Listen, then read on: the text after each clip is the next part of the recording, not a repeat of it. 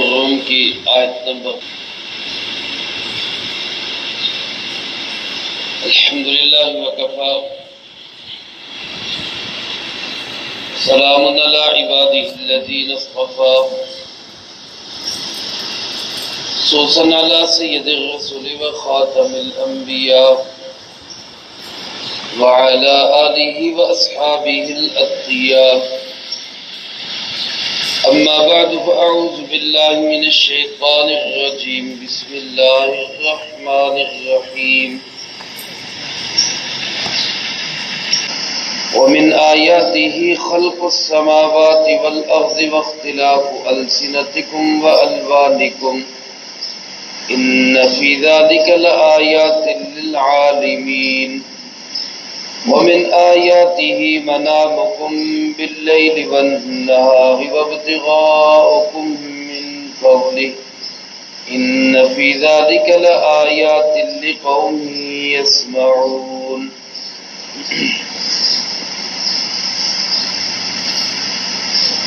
ومن آیاته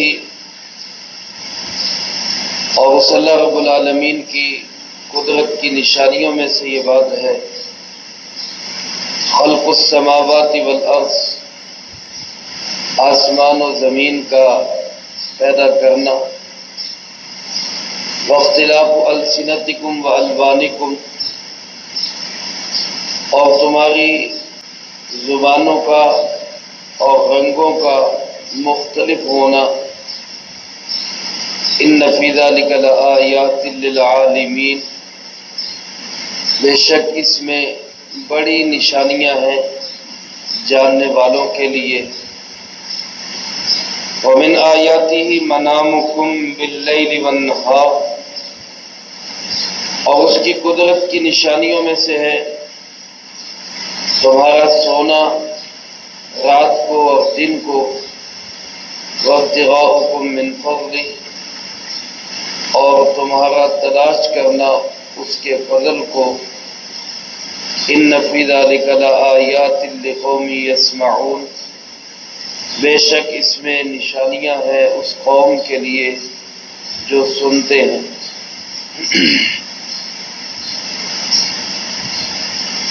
سورۃ الروم کے اس تیسرے رکوع میں اللہ رب العالمین نے اپنی توحید اور قدرت کے 6 مختلف دلائل اور 6 نشانیوں کو بیان فرمایا۔ ان میں سے 2 نشانیاں گزشتہ درس میں آپ حضرات سماعت فرما چکے ہیں۔ ایک تو خود انسان کی اپنی تخلیق مٹی سے، اللہ رب العالمین کا بہترین شاہکار ہے، اللہ کی قدرت کا بہترین مظہر ہے، اور دوسرے نمبر پہ انسان کے وجود سے ہی، مرد کے وجود سے ہی عورت کی تخلیق، اور پھر خاوند اور بیوی کے درمیان محبت، الفت، رحمت اور شفقت کا ایسا بہترین رشتہ قائم کرنا کہ دنیا ادھر کی ادھر ہو جائے، اگر خاوند اور بیوی اللہ سے ڈرنے والے ہیں تو ان کے آپس کے جوڑ کو کوئی توڑ نہیں سکتا۔ یہ اللہ رب العالمین کی قدرت کا ایک بہترین مظاہرہ ہے۔ تیسری اور چوتھی نشانی جو آج کی پڑھی جانے والی آیات مبارکہ میں اللہ پاک نے بیان فرمائی، ان میں سے ایک یہ فرمایا وَمِنْ آیَاتِهِ خَلْقُ السَّمَاوَاتِ وَالْأَرْضِ، اس اللہ کی قدرت کی نشانیوں میں سے آسمان و زمین کا پیدا کرنا بھی ہے۔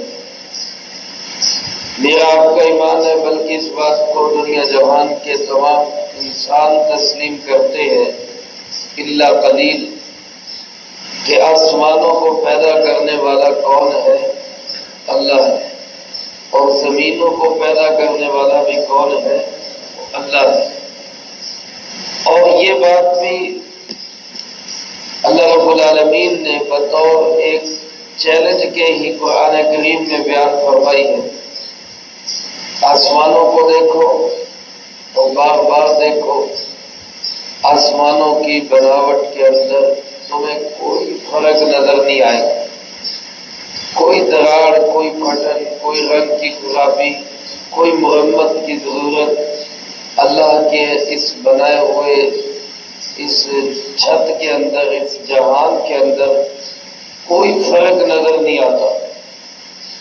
زمین کو دیکھو تو اللہ پاک نے کیسے بچھا دیا، نرم اتنی کہ ایک ننھی سی کونکل اس کا سینہ چیر کے باہر آ جاتی، اور سخت اتنی ہے کہ 100 منزلہ عمارتیں اس کے سینے پہ کھڑی کر دو تو زمین دبتی نہیں ہے، ان کا بوجھ بھی اٹھاتی۔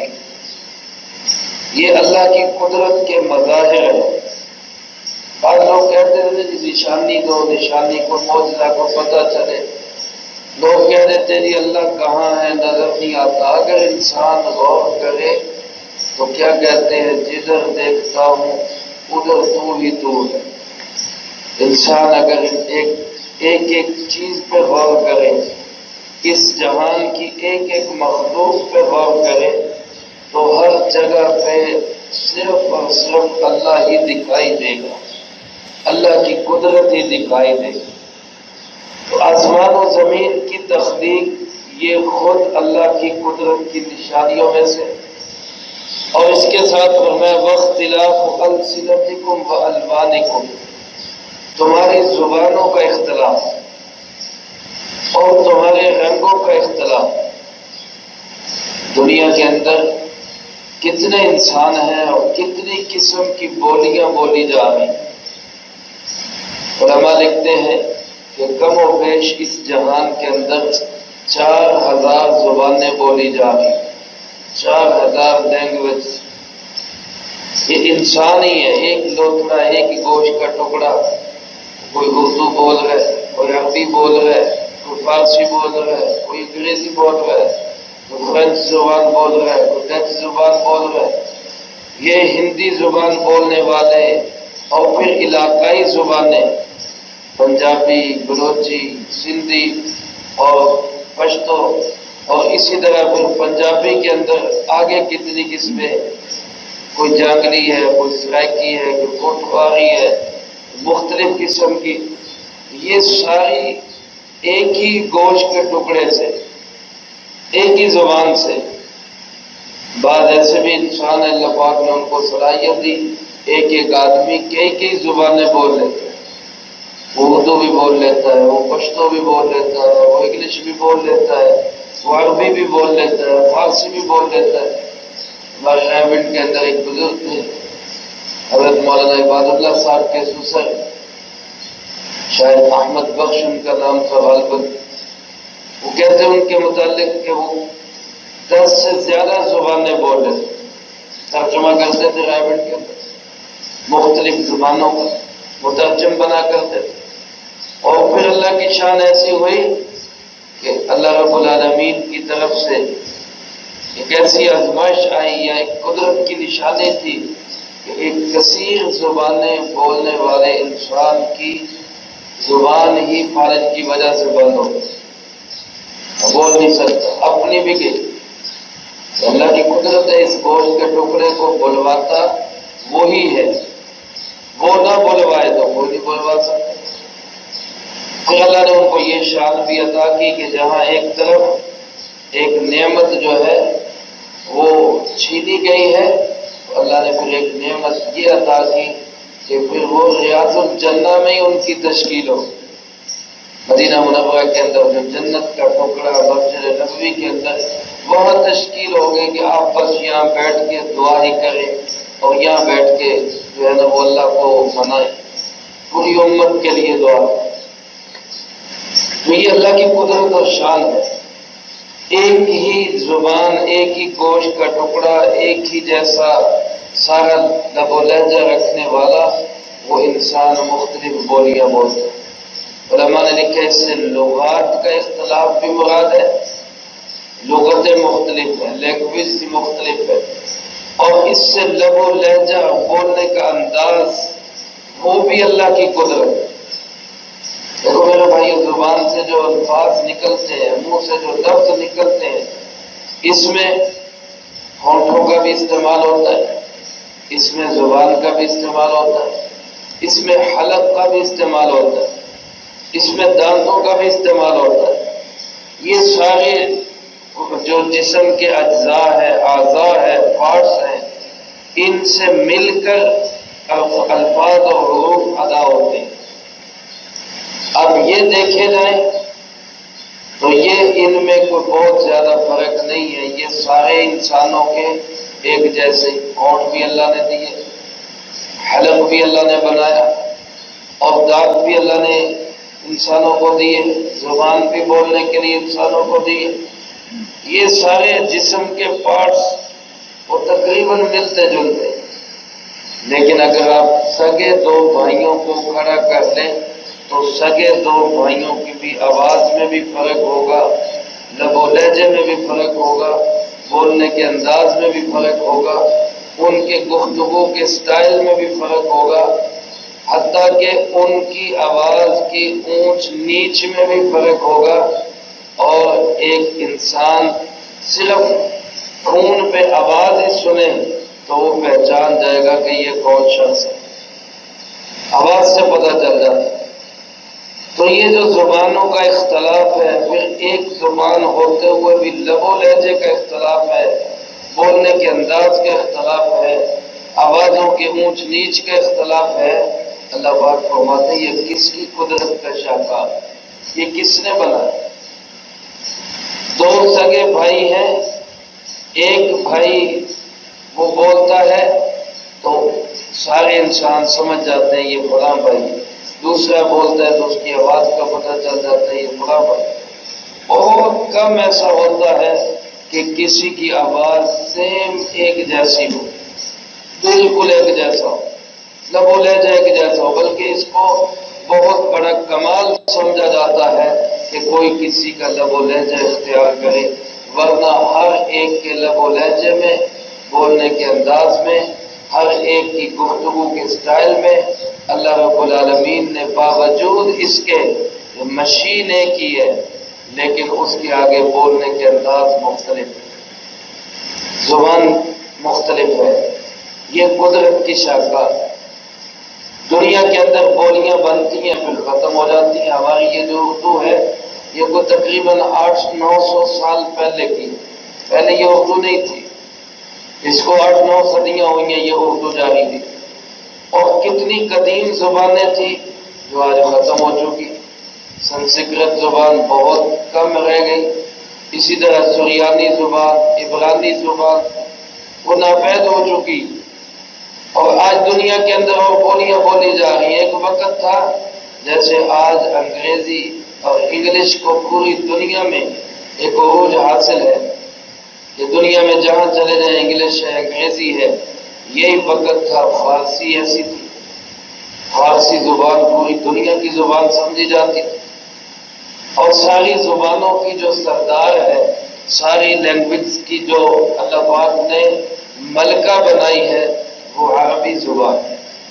عربی زبان سب سے بہترین زبان۔ رسول اللہ صلی اللہ علیہ وسلم نے ارشاد فرمایا عربوں سے محبت کرو 3 وجہ سے۔ ایک تو فرمایا اس لیے کہ میں عربی ہوں، ایک فرمایا اس لیے کہ قرآن کریم عربی ہے، اور ایک اس وجہ سے کہ جنت کی زبان بھی جنت کے اندر جنتی جو بولی بولیں گے، جہاں کا رہنے والا بھی جنتی ہوگا، سب کی زبان اور لینگویج جنت کے اندر عربی ہی ہوگی، سب عربی بولے۔ اس لیے فرمایا عربوں سے محبت کرو۔ تو عربی ہمارے پیارے آقا جناب محمد کریم صلی اللہ علیہ وسلم کی زبان، عربی قرآن کریم کی زبان۔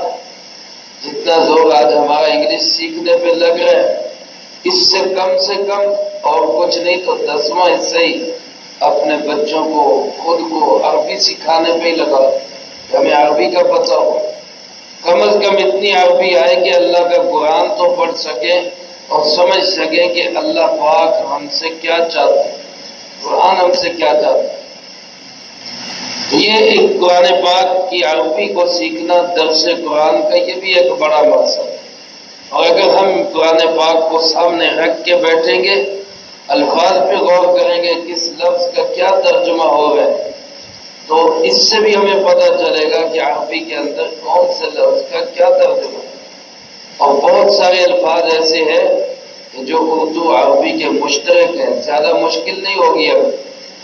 مثال کے طور پہ یہی دو لفظ دیکھ لیں، واختلاف السنتکم، اختلاف کا لفظ ہماری اردو میں بھی بولا جاتا ہے، اختلاف کا معنی ہے مختلف ہونا، اور السنہ لسان کی جمع ہے، اور لسان کا لفظ بھی ہماری اردو زبان میں بولا جاتا ہے، لسان بولی کو کہتے ہیں۔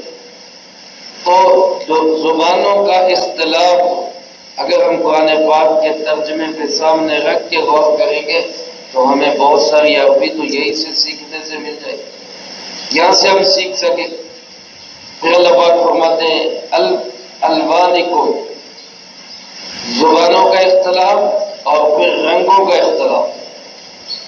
ایک ہی انسان ایک ہی قطرے سے بنے ہوئے، کسی کو اللہ پاک نے بہت زیادہ سفید اور بہت زیادہ سرخ بنایا، کسی کو اللہ پاک نے کالا، افریقی، حبشی کالے بنا دیے، کسی کو گندمی رنگ کا، کسی کو سامنے رنگ کا، کسی کو گہرے سامنے رنگ کا۔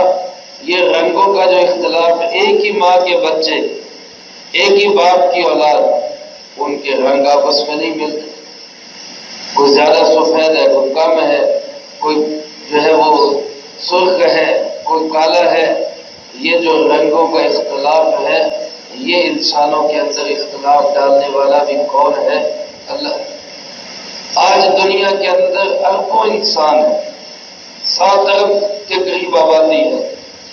اب آپ 2 آدمی، 7 ارب کے اندر 2 آدمی بھی ایسے تلاش نہیں کر سکتے جن کے چہرے کا نقشہ بالکل ایک جیسا ہو، چہرے کا طول و عرض، چہرے کی بناوٹ، آنکھوں کی سجاوٹ، ناک کی لمبائی اور کانوں کا ڈیزائن، چہرے کا مکمل جو حلیہ ہے، 2 آدمی بھی 7 ارب میں آپ ایسے نہیں نکال سکتے جو بالکل ایک جیسے، الا ماشاء اللہ۔ بہت فرق رکھا ہوگا اللہ پاک، کہتے نہیں فلاں فلاں کا ہم شکل ہے، وہ ہم شکل ہونے کے باوجود بھی کچھ نہ کچھ چیزوں میں اللہ نے فرق رکھا ہوتا ہے، کہیں نہ کہیں فرق ہوتا ہے۔ اب دنیا کا بڑے سے بڑا کاریگر، انجینئر کوئی ڈیزائن بنائے گا، وہ 10 15 20 50 100 ڈیزائن بنانے کے بعد کہے گا یار میرے جو ہے نا وہ ڈیزائن کے خانے ختم ہو گئے، میرے پاس اور ڈیزائن نہیں، تو پہلے بنے ہوئے ڈیزائنوں کو ہی لے لو۔ اللہ کی قدرت ہے، اللہ کی قدرت ہے۔ اربوں انسان اب موجود ہیں، اربوں گزر گئے، اربوں آئیں گے، ان سب کے ہر ایک کے مختلف نقشے، مختلف صفات اور مختلف رنگ بنانے والا کون ہے؟ وہ اللہ رب العالمین۔ اللہ پاک فرماتے ہیں اگر اسی پہ غور کرو تو ان فی ذلک لآیات للعالمین، جاننے والوں کے لیے اس میں بڑی پتے کی باتیں، بڑی نشانیاں۔ وہ جاننے والا ہو، تھوڑی بہت سمجھ رکھنے والا ہو، پاگل نہ ہو، احمق ہو، بے وقوف نہ ہو، ضدی اور ہر دھرم نہ ہو، تو اس کو ایک ایک چیز میں نظر آئے گا کہ اس کا بنانے والا کون ہے؟ اللہ رب العالمین۔ چوتھے نمبر پہ اللہ پاک ارشاد فرماتے ہیں وَمِنْ آیَاتِهِ، تو اس کی قدرت کی نشانیوں میں سے یہ بات بھی ہے کہ مَنَامُكُمْ بِاللَّيْلِ وَالنَّهَارِ، تمہارا دن کو رات کو سونا، رات اور دن کو تمہارا نیند کرنا، اور وَابْتِغَاؤُكُم مِّن فَضْلِهِ، دن کے وقت تمہارا رزق کو تلاش کرنا۔ بعض علماء فرماتے کہ یہاں پہ قرآن کریم میں اللہ رب العالمین نے رات میں بھی نیند کا ذکر کیا، دن میں بھی نیند کا ذکر کیا، اور رات میں بھی رزق کی تلاش کا ذکر کیا، کیونکہ ابتغاؤکم من فضل، اللہ کے فضل کو تلاش کرنا، اس کا سب سے بڑا مصداق رزق حلال ہے، فضل سے مراد رزق حلال ہے، اور دن میں بھی رزق کو تلاش کرنا، ان دونوں کا ذکر کیا۔ قرآن کریم میں باقی مقامات میں اکثر جگہ رات کو نیند کی جگہ قرار دیا ہے، نیند کا محل قرار دیا ہے، اور دن کو کمائی کا محل قرار جیسا قرآن کریم میں مختلف جگہوں پہ اللہ رب العالمین نے اس بات کو ارشاد فرمایا، وَجَعَلْنَا النَّوْمَ سُبَاتًا وَجَعَلْنَا النَّهَارَ مَعَاشًا، رات کو ہم نے نیند کو سکون اور آرام کا ذریعہ بنایا اور دن کو تمہارے کاروبار اور روزگار کا ذریعہ بنایا۔ لیکن یہاں جو علماء فرماتے ہیں مفسرین کرام، رات اور دن دونوں میں سونے کا ذکر ہے، کیونکہ بہت سارے لوگ ہیں جو رات کو بھی سوتے ہیں اور بہت سارے لوگ ہیں جو دن کو بھی کچھ حصہ سوتے ہیں، بالخصوص دوپہر کے وقت قیلولہ، یہ تو خود ہمارے پیارے آقا جناب محمد کریم صلی اللہ علیہ وسلم کا سنت عمل، اور ہمارے اکابر میں بہت سارے ایسے گزرے ہیں کہ جو صرف دوپہر کو ہی نیند کیا کرتے تھے، سنت سمجھ، رات کو عبادت کرتے، دن کو دوپہر کو زور سے پہلے وہ قیلولہ سنت سمجھ کے دوپہر کو سویا کرتے۔ اس لیے اگر کوئی انسان دن کو بھی سوئے تو یہ کوئی حرام اور ممنوع نہیں، البتہ فجر کی نماز کے بعد سورج کے نکلنے تک یہ جو سونا ہے، اس سونے کو بے برکتی کا ذریعہ فرمایا، یہ سونا ٹھیک نہیں۔ فجر کے بعد جس وقت اذان ہو جاتی ہے، اذان سے لے کر سورج کے طلوع ہونے تک یہ سونا بے برکتی اور نحوست کا ذریعہ بنتا ہے، اس سے ہمیں بچنا چاہیے۔ باقی اگر کسی انسان کی عادت ہو دوپہر کو سونے کی، وہ سو سکتا ہے، کوئی پابندی نہیں۔ اسی طرح اگر کوئی انسان رات کو کمائی کرنا چاہتا ہے، اس میں بھی کوئی پابندی نہیں۔ آج کل مشینی دور ہے، فیکٹریاں رات کو بھی چلتی ہیں، دن کو بھی چلتی ہیں، شفٹیں لگ رہی، پابندی نہیں ہے۔ لیکن فطرتی طور پہ اللہ پاک نے رات سکون اور آرام کے لیے بنائی ہے، اس لیے روشنی بھی کم، شور شرابہ بھی ختم، پرندے اور جانور بھی سو جاتے ہیں تاکہ کوئی شور و غوغا نہ ہو، اور دن جو اللہ نے بنایا ہے وہ کمائی کے لیے بنایا، اس لیے روشنی بھی زیادہ اور سارے شور شرابے بھی دن کے اندر۔ لیکن بہرحال یہ دن اور رات کا نظام، اس کو چلانے والا بھی کون ہے؟ اللہ رب العالمین۔ ساری دنیا ادھر کی ادھر ہو جائے، وہ دن اور رات میں ایک منٹ تو کیا، منٹ کے 1000 میں حصے کا بھی فرق نہیں ڈال سکتا۔ اب راتیں بڑھ رہی ہیں، دن چھوٹے ہونے شروع ہو گئے، اب لوگ روک کے دکھائیں، کوئی اس کو جو ہے وہ روک کے دکھائے کہ نہیں یہ نظام رک جائے، نہیں رکے۔ اللہ رب العالمین اس کو چلا رہا ہے، اور یہ جیسے اللہ نے چلایا ویسے چلے گا۔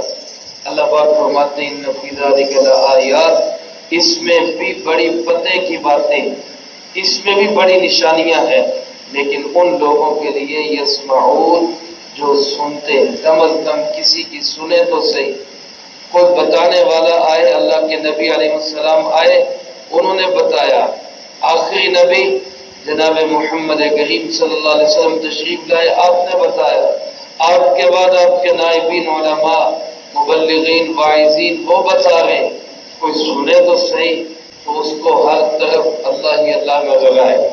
لیکن اگر کوئی جان بوجھ کے کبوتر کی طرح آنکھیں بند کر لے اور یوں کہے کہ جی مجھے کچھ نہیں نظر آ رہا، مجھے کچھ نہیں سنائی دے رہا، تو پھر ظاہر ہے اس کا کیا علاج ہو سکتا، اس کو تو کوئی نہیں سنا سکتا۔ اگر چمگادڑ کہے کہ دن کو بھی سورج نظر نہیں آ رہا، تو پھر اس کو کون سمجھائے گا کہ سورج ہے؟ لیکن اگر کسی انسان کے دل دماغ کے اندر کھڑکیاں کھلی ہوں، سوچ و فکر ہو، وہ سنے دیکھے، تو پھر اس کو کائنات کی ہر چیز میں اللہ نظر آئے، ہر چیز میں اللہ نظر آئے۔ اللہ مجھے آپ کو سب کو اپنی قدرت کا یقین نصیب فرمائے۔ یہ 4 نشانیاں بیان ہوئی، مزید اللہ پاک کی قدرت کی نشانیاں وہ اگلی فرصت میں بیان ہوں گی۔ اللہ پاک ہمیں اپنی ذات کی معرفت نصیب فرمائے اور اپنی ذات کو سامنے رکھ کے زندگی بنانے کی توفیق نصیب فرمائے۔ اللهم انت السلام ومنك السلام تبارك ربنا